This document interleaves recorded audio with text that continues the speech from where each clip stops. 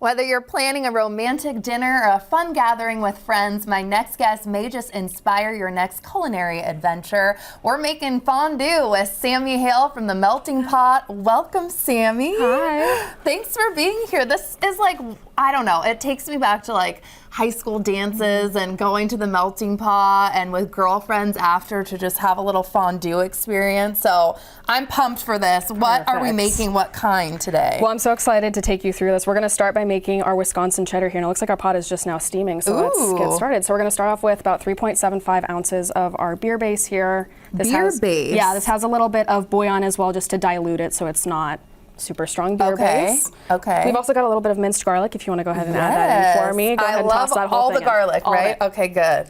We love garlic here. What type of beer is good for this too? So we use Sam Adams typically, but we use, a lot of different things on draft. It's really just kind of a darker beer, and you want to dilute it with a little bit of water so it's not super pungent, especially when you're making this with kids, Fair. You don't want a super strong beer flavor. Yeah. So we're going to give that just a little bit of whisk so our garlic can start to bloom a little bit. Ooh, yes. I'm already smelling the garlic, which is always amazing. Oh, it smells good here until you come home smelling like it. I guess. Maybe for you, you're like, enough with the garlic. All right, well, we're going to do a few dashes of mustard powder here. Mustard powder. And then a few dashes of Worcestershire sauce. You want to give me about 3 dashes there. Okay, dash. 1, 2, 3. Perfect. We hit it.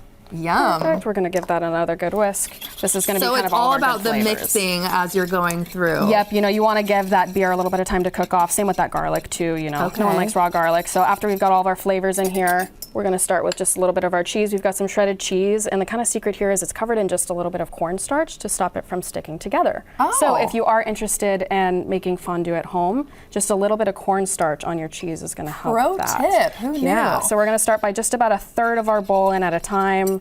You don't want why it to are all you clump together. like?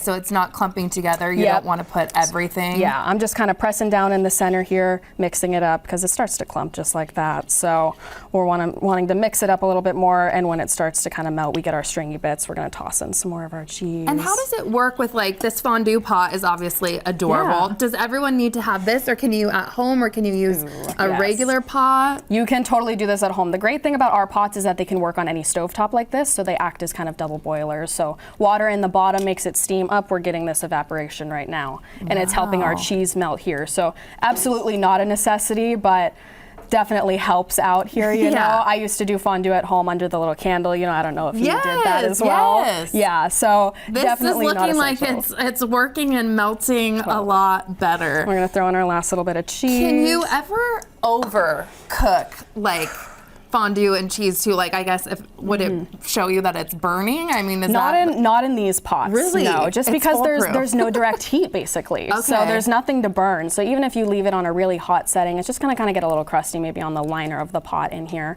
But besides that, it's really hard to burn something that you're mixing in with a liquid, Yeah. There's nothing really to burn, which is also again why I really like these pots. Exactly. And what are we looking for as far as consistency to know when it's done? I am looking for basically all of our cheese to be melted. This is kind of my signature little take here. Do our cheese The cheese pull is looking stunning out here. So we've got no clumps in our cheese pull. Everything's looking good as we're pulling it up. And at Melting Pot, are you guys doing this before and then bringing it to? We do this right at the table. Right at the table. Okay. Yeah, so all of our tables have these stovetops built into them. Not these exactly, but we have stovetops, so these pots just go straight on. We click it on. This water starts steaming. We go prep the cheese and come back and make it tableside for you. What are so you have 2 options here. So what's the difference between the cheeses here, and are these some of your most popular these flavors? are definitely 2 house specials. So the one that we just made here is going to be our Wisconsin cheddar, so our beer-based cheddar garlic. This one is going to be more of a white cheese, so a little bit lighter. That has some white wine base in it. That's going to be with a Fontina and Gruyere base as well. Okay. A little bit of nutmeg and some lemon in there. So definitely our sweet and our savory cheese, We get a good mix of both as well. Okay, and I want to taste test too on some of these. So what do you guys usually have for dipping with the savory option? And then we'll get to the sweet. I love the bread personally. I do too. I mean, look at me. I went right for the bread. The pretzel bread is the best in my opinion. Oh, pretzel bread. We've got French bread and pretzel bread on here, green apples, broccoli, carrots, and tomatoes today. How's it tasting? Oh my gosh.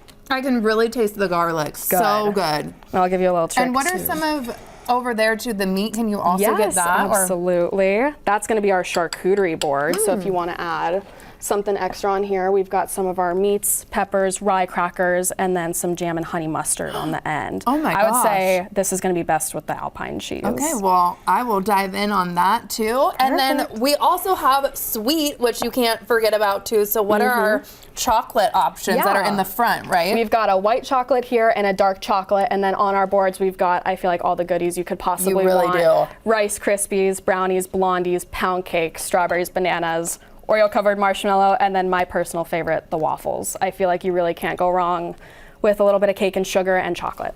Oh my goodness. Okay, what are some, as I dive in, what are some other like dessert options on the menu? And then I know Valentine's Day is coming up, so if you have any specials that are coming too. Yeah, so if you really liked this cheddar, for something that we're doing for Valentine's Day is basically this, but our Green Goddess cheddar. So it adds our house Green Goddess sauce into this. So is that a special that's only coming like, okay. Yeah, so we do our special promo menus for Valentine's Day. So typically building off of our kind of more popular menu items. So this is our house cheddar. We're gonna add Green Goddess, which is some of our house favorites. People come in and ask for a large side of that Green Goddess sauce. So we listen, we learn, we add this Green Goddess in, and it's my personal favorite to make for the staff at least. Oh.